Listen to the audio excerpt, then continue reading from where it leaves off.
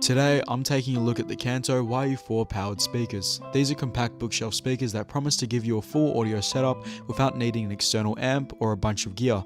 I've been running them for a little bit now, and I'm going to break down the design, features, sound quality, and who these are really for. Starting with design, the YU4s are super clean and minimal. They're available in a few different finishes as well, so you can match them to your space. Each cabinet houses a 1-inch silk dome tweeter paired with a 4-inch Kevlar woofer. They're small enough to sit on a desk or bookshelf without eating up your setup, but they've still got a nice solid feel to them. Definitely not cheap plastic vibes. You can tell some thought went into the build. Now what makes these speakers really special is the fact they're powered. That means there's an amplifier built right in. You don't need a separate amp or receiver. Just plug them in and you're ready to go. Connectivity is also stacked. You get RCA inputs with a phono switch, which means you can hook up a turntable directly without needing a separate Phono Preamp.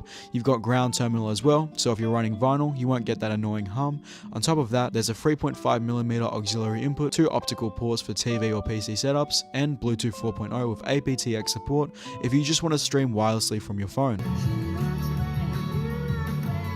There's also a subwoofer input if you want to expand your system down the line, plus a USB charging port, which is a nice little bonus for keeping your phone topped up. And yes, they even come with a remote control, so you can adjust the volume, treble, bass, balance, and just inputs from the couch. Under the hood, you're looking at 140 watts of peak power, about 70 watts RMS with a frequency response of 60 Hz up to 20 kHz, so you're getting strong mids and highs, plenty of clarity, and enough bass to fill the room. Though, if you want that super deep rumbling low end, you'll probably want to add a sub. So how do they actually sound? Honestly, pretty impressive for the size. The silk dome tweeters make the highs really smooth without being harsh, and the Kevlar woofers keep the mids pretty punchy and controlled. The soundstage is surprisingly wide, especially if you're sitting in a near-field setup at a desk. For vinyl listeners, like myself, the built-in Phono Preamp works great. I didn't run into any skipping issues or vibration problems, even when playing louder volumes. Everything stayed stable, and it's awesome not having to buy a separate preamp box just to get going. For movies and gaming through optical, dialogue, and detail come through very clear. And if you're streaming over Bluetooth, the aptX codec definitely helps keep audio quality tight. Switching between inputs is smooth, and I didn't hear any nasty pops